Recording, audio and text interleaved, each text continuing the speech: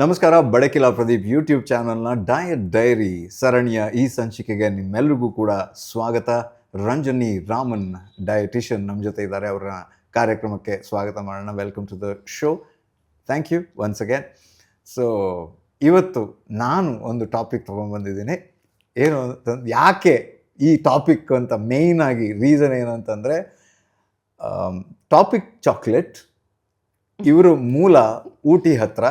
So Ooty chocolate ತುಂಬಾ famous. So ಹಾಗೆ ಡಯಟ್ಗೂ ಚಾಕ್ಲೇಟಿಗೂ ಯಾವ ರೀತಿ ಸಂಬಂಧ ಅಂತ ತುಂಬ ಜನ ಅನ್ಕೋತಾರೆ ಡಯಟಲ್ಲಿ ಇದ್ರೆ ಚಾಕ್ಲೇಟ್ ತಿನ್ನಬಾರ್ದು ಅಂತ. That is not true. First of all it is all ಎಲ್ಲಾನೇ ಒಂದು ಚಾಕ್ಲೇಟ್ ತಿನ್ನೋದೇ ಡಯಟ್ ಆಗಬಾರ್ದು. ಯಾವಾಗಲೂ ಚಾಕ್ಲೇಟ್ ತಿಂತಾ ಇದ್ರೆ then of course Right. It's bad.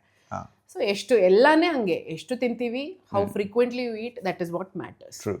So ನಮ್ಮ ಕ್ಲೈಂಟ್ಸಲ್ಲೂ ತುಂಬ ಜನ ಸ್ವೀಟ್ ಕ್ರೇವಿಂಗ್ಸ್ ಇದೆ ಹಂಗೆಲ್ಲ ಹೇಳಿದರೆ ನಾವು we tell okay you have 1 or 2 squares of chocolate. ಒಂದು ಫುಲ್ ಪ್ಯಾಕೆಟ್ ತಿನ್ನಬಾರ್ದು, 1 or 2 ಸ್ಕ್ವೇರ್ಸ್ ಅಂತೀವಿ ಅಷ್ಟೇ.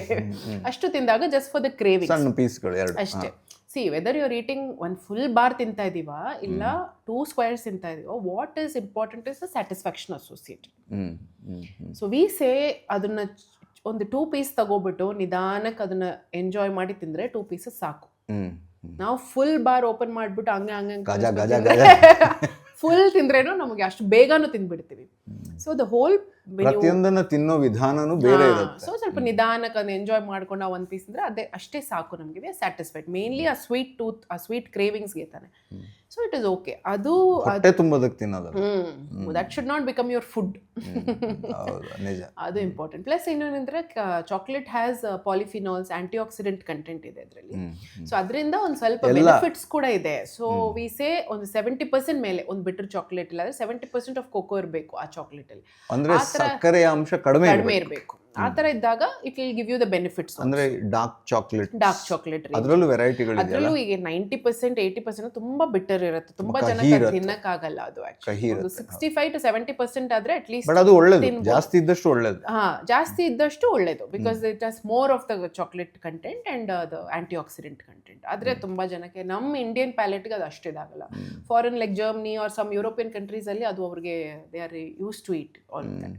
ನಮ್ಗೆ ಅದಾಗಲ್ಲ. ಮೋಸ್ಟ್ಲಿ ಒಂದು ಕೋಲ್ಡರ್ ರೀಜನ್ಸ್ ಅಲ್ಲ, ಅಲ್ಲಿ ಡೈಜೆಷನ್ ನಿಧಾನ, ಹಾಗಾಗಿ ಅವರು ಸಿಹಿ ಕಮ್ಮಿ ತಿಂತಾರೆ ಅನ್ಸುತ್ತೆ. ಆಗ್ಬೋದು ಮೇ ಬಿ.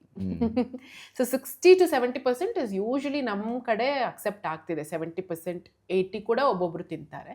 ಸೊ ಆ ಪರ್ಸೆಂಟೇಜ್ ನೋಡಿಕೊಂಡು ತಗೋಬೇಕು. When you buy a chocolate ಅದ್ರ ಮೇಲೆ ಪರ್ಸೆಂಟೇಜ್ ಇರುತ್ತೆ, ಅದನ್ನ ನೋಡಿಕೊಂಡು ತಗೊಂಡ್ರೆ ಇಟ್ ಇಸ್ ಗುಡ್.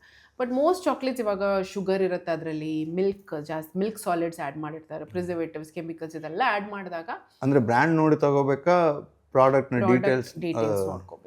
ಬ್ರ್ಯಾಂಡಲ್ಲೂ ಇವಾಗ ಪೀಪಲ್ ಆರ್ ಇಂಪ್ರೂವಿಂಗ್. ಒಳ್ಳೆ ಸ್ವಲ್ಪ brands are trying to make it healthier, reducing the sugar ಎಲ್ಲ ಮಾಡ್ತಿದ್ದಾರೆ. ಸೊ ರೀಡಿಂಗ್ ಫುಡ್ ಲೇಬಲ್ಸ್ ಅಂತ ಅದು ತುಂಬ ಇಂಪಾರ್ಟೆಂಟ್. ಸೊ ಲೇಬಲ್ ಮೇಲೆ ನೋಡಿ ಎಷ್ಟು ಪರ್ಸೆಂಟೇಜ್ ಕೊಕ್ಕೋ ಇದೆ, ಎಷ್ಟು ಕೆಮಿಕಲ್ಸ್, ಪ್ರಿಸರ್ವೇಟಿವ್ಸ್ ಎಲ್ಲ ಜಾಸ್ತಿ ಇದೆಯಾ ಅಂತ ನೋಡಿಕೊಂಡು we should make an informed choice. Plus ಅದು it should just be in the house once in a while. ನಮಗೆ ಸ್ವೀಟ್ ಕ್ರೇವಿಂಗ್ ಇದ್ದಾಗ ಒಂದು ಸ್ವಲ್ಪ ಕಂಫರ್ಟ್ಗೆ ವಿ ಕ್ಯಾನ್ ಹ್ಯಾವ್. ಅದು ಇದೆ ಅಂತ ತಿನ್ನೋದಲ್ಲ. ಹೌದು, ಇದೆ ಅಲ್ವಾ, ಅಲ್ಲಿ ಇದೆ ಇದೆ ಅಂತ ಹೇಳ್ಬಿಟ್ಟು ಬರೀ ಚಾಕ್ಲೇಟ್ ತಿಂತಾ ಇದ್ರೆ it is not.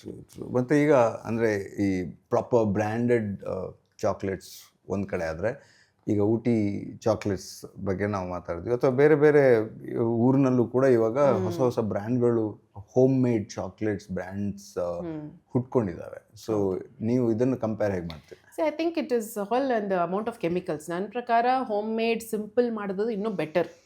But what chocolate they are using we don't know. ಎಷ್ಟು ಕೊಕ್ಕೋ ಎಲ್ಲಿಂದ ತೊಗೊಂಡು ಬರ್ತಿದ್ದಾರೆ, what they are doing, sugar ಏನು ಆ್ಯಡ್ ಮಾಡ್ತಿದ್ದಾರೆ ಅದು ನಮಗೆ ಗೊತ್ತಿಲ್ಲ. ಬ್ರ್ಯಾಂಡ್ ಇದ್ದಾಗ at least we know ingredient list ಗೊತ್ತು, ನಾವು ಮಾಡ್ತೀವಿ. ಈ ಥರ ಮಾಡಿದಾಗ we are blind to those things. Maybe chemicals ಕಡಿಮೆ ಇರುತ್ತೆ, ಆದರೆ ಯಾವುದು ರಾ ಇಂಗ್ರೀಡಿಯೆಂಟ್ ಎಷ್ಟು ಪ್ಯೂರ್, ಎಷ್ಟು ಒಳ್ಳೇದು ಅಂತ ಗೊತ್ತಾಗಲ್ಲ. ಸೊ ಪ್ರಾಸೆಸಿಂಗ್ ಹೇಗೆ ಮಾಡಿರ್ತಾರೆ, ಎಷ್ಟು ಕ್ಲೀನಾಗಿ ಮಾಡಿರ್ತಾರೆ ಅದೆಲ್ಲ ನಮಗೆ ಗೊತ್ತಾಗಲ್ಲ. ಸೊ ಅದು ಒಂದು ಎಲ್ಲದರಲ್ಲೂ ಒಂದು ಪ್ರೋಸ್ ಆ್ಯಂಡ್ ಕಾನ್ಸ್ ಇದ್ದೇ ಇರುತ್ತೆ. ಸೊ ಇದರಲ್ಲಿ ಅದೇ ಡಿಸ್ಅಡ್ವಾಂಟೇಜ್. ಅದ್ರ ಬಿಟ್ಟರೆ ಚಿಕ್ಕ ಚಿಕ್ಕ ಸುಮ್ಮನೆ ಈಟಿಂಗ್ ಆಲ್ ಸ್ಮಾಲ್ ಚಾಕ್ಲೇಟ್ಸ್. ಇವಾಗ ತುಂಬ Tier 2 Tier 3 ಸಿಟೀಸಲ್ಲಿ ಹೊಸ ಹೊಸ ಬ್ರ್ಯಾಂಡ್ಗಳು, ಚಿಕ್ಕ ಚಿಕ್ಕ ಬ್ರ್ಯಾಂಡ್ಗಳು, small scale brands lot of sweets ಆ ಥರ ಬರ್ತಿದೆ and they are growing. Especially growing, ನೀವು ಗ್ರೋಯಿಂಗ್ ಟೂ ಅಂತ rupees 3 rupees 5 rupees product growing ಒಂದ್ ಕಡೆ ಆದ್ರೆ ಈ ಕೊಕ್ಕೋ ಗ್ರೋ ಮಾಡುವಂಥವ್ರೆ ಮಾಡುವಂಥದ್ದು ಇರುತ್ತೆ. ಇರುತ್ತೆ. So that will be more authentic Yes, yes. If it is in from that particular place, for example, region, ಅಲ್ಲಿಂದ ನಮ್ಮೂರ್ ಕಡೆಯಲ್ಲಿ ಮಂಗಳೂರು ಕಡೆ ತುಂಬಾ ಬ್ರ್ಯಾಂಡ್ಸ್ ಹೊಸದಾಗಿ ಹುಟ್ಕೊಂಡಿದ್ದಾರೆ. ಗುಡ್. ಏನಂದ್ರೆ ಇವಾಗ ಸ್ವಲ್ಪ ರೆಗ್ಯುಲೇಷನ್ಸ್ ಅದೇ ಲೇಬಲಿಂಗ್ ಅಲ್ಲಿ ಅವ್ರು ಮಾಡಕ್ಕಾದ್ರೆ if it is a product they putting on the shelf, ಒಂದು FSSAI ರೆಗ್ಯುಲೇಷನ್ ಮಾಡಿಕೊಂಡು ಅದ್ರ ಫುಡ್ ಒಂದು ಲ್ಯಾಬ್ ರಿಪೋರ್ಟ್ ಇದ್ರೆ ಅಟ್ಲೀಸ್ಟ್ ವಾಟ್ ಆಲ್ ಇಂಗ್ರೀಡಿಯೆಂಟ್ಸ್ ಗೊತ್ತಾದ್ರೆ I think it is better to make a informed choice. But ಏನೇ ಚಾಕ್ಲೇಟ್ ಇದ್ರೇನು end of the day it is chocolate with some sweet sugar in it. So definitely ಒಂದು ಸ್ವಲ್ಪ portion control ಅನ್ನೋದು ಮಾಡಲೇಬೇಕಾಗುತ್ತೆ once in a while. ಇದು ಮಕ್ಕಳಿಗೂ ಹೀಗೇನಾ ದೊಡ್ಡವರಿಗೆ ಮಾತ್ರನಾ ಹೀಗೆ? ಎಲ್ರಿಗೂ ಹಿಂಗೆ. ಮಕ್ಕಳಿಗೆ ಇನ್ನೂ ನಾವು ಇವಾಗ ಜಾಸ್ತಿ ನಾವೇ ಮಾಡಿಸ್ತಾ ಇದೀವಿ. We make them get addicted. Actually ಏನೋ ಡಿಸ್ಟರ್ಬ್ ಮಾಡ್ತಿದ್ದಾರೆ ಅಂತಂದ್ರೆ ಚಾಕ್ಲೇಟ್ ಕೊಡೋದು. We only develop that sweet craving till 1 year 1.5 years we are telling don't give sugar salt, ಏನೂ ಇಲ್ಲ ಬೇಬೀಸ್ಗೆ. ಆ ಸಾಲ್ಟ್ ಪ್ಯಾಲೆಟೇ ಡೆವಲಪ್ ಆಗಿರಲ್ಲ. ಆಮೇಲೆ ನಾವು ಏನು ಕೊಡ್ತೀವಿ ಅದ್ರ ಮೇಲೇನೆ ಅವ್ರ ಪ್ಯಾಲೆಟ್ಸು ವಿಲ್ ಚೇಂಜ್. ನಾವು ಜಾಸ್ತಿ ಸ್ವೀಟ್ಸ್ ಈ ಥರ ಕೊಟ್ಟು ಅಭ್ಯಾಸ ಮಾಡಿದ್ರೆ naturally they are going to ask for that. So ಅದನ್ನು ಮನೇಲಿ ತುಂಬ ಸ್ಟಾಕ್ ಮಾಡಬೇಡಿ. Once in a while when you go out maybe you can carry, like if you going for a trip ಏನೋ ಹೋಗ್ತಾ ಇದೀವಿ ಅಂದ್ರೆ ಒಂದು ಸ್ವಲ್ಪ ಅಂತಲ್ಲಿ ಓಕೆ ತಿನ್ಲೇಬೇಕು ಬಿಡೋದೇ ಇಲ್ಲ ಅಂತಂದಾಗ ಬಟ್ ಅವ್ರಿಗೆ ಡಾರ್ಕ್ ಚಾಕ್ಲೇಟ್ ಕೊಡ್ಬೋದು, ಬಟ್ ಸ್ಮಾಲರ್ ಪ್ಯಾಕೆಟ್ ಸೈಜಸ್ ಆ ಥರ ಅದನ್ನ ಅಭ್ಯಾಸ ಮಾಡಿಸ್ಬೇಕು ಅವ್ರಿಗೆ. ಆ ಥರ ಮಾಡಿದಾಗ ದೇ ನೋ ಓಕೆ ಇಷ್ಟೇ ತಿನ್ಬೇಕು ಅಂತ ಒಂದು ಲಿಮಿಟ್ ಬರುತ್ತೆ. ಸೊ ದಟ್ ಇಸ್ ಒಂದು ಅಂಡಾಕಾರದಲ್ಲಿ ಬರುತ್ತೆ, ಎಗ್ ಶೇಪ್ ಅಲ್ಲಿ ಒಂದು ಬರುತ್ತೆ. ಅದ್ರ ಬಗ್ಗೆ ದುಡ್ಡು ಜಾಸ್ತಿ, ಅದರಲ್ಲಿ ಏನೂ ಇಲ್ಲ, ಬರೀ ಶುಗರು. ಮತ್ತೆ I don't know what is so exciting for children with that. ಅದು ಅಟ್ರಾಕ್ಷನ್, ಶೇಪು, ಬ್ರ್ಯಾಂಡಿಂಗು, ಅದ್ರ ಜೊತೆ ಬರೋ gift. Correct. And that is also addictive. Again kids want again and again. ಅದು ಯಾಕಂದ್ರೆ ಎಲ್ಲಾದ್ರಲ್ಲೂ ಬೇರೆ ಬೇರೆ ಗಿಫ್ಟ್ ಇರುತ್ತಾ, ಅದೊಂದು excitement. That is a marketing idea. ಈ ಅವೇರ್ನೆಸ್ ಬಂದು parents should tell the children and not completely avoiding also. Once in a while yes, but it should not become like a habit or anything. ಎಷ್ಟು exposure ಇಲ್ವೋ ಅಷ್ಟು ಒಳ್ಳೇದು. ಇವಾಗ ತುಂಬ clients ಅವ್ರ ಮಕ್ಕಳಿಗೆ ತೋರಿಸೋದೇ ಇಲ್ಲ ಇದೆಲ್ಲ.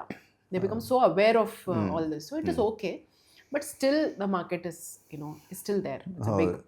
ಮತ್ತೆ ಈ ಟಾಫೀಸು ಮತ್ತೆ ಕ್ಯಾಂಡೀಸ್ ಬಗ್ಗೆ ಅದು ಕೂಡ ಹತ್ರದ ಅದನ್ನು ಇವಾಗ depends on quality. I think it's better to avoid all of that because mostly candies ಎಲ್ಲ ಬರೀ ಶುಗರೇ ಇರುತ್ತೆ, ಬರೀ ಕ್ಯಾರಮಲೈಸ್ಡ್ ಶುಗರ್. ತೀರಾ ಅರ್ಜೆಂಟ್ ಎಮರ್ಜೆನ್ಸಿ ಕೇಸ್ಗೆ ಅಂತ ಬ್ಯಾಗಲ್ಲಿ ಒಂದು ಇಟ್ಕೊಳ್ಳೋದು.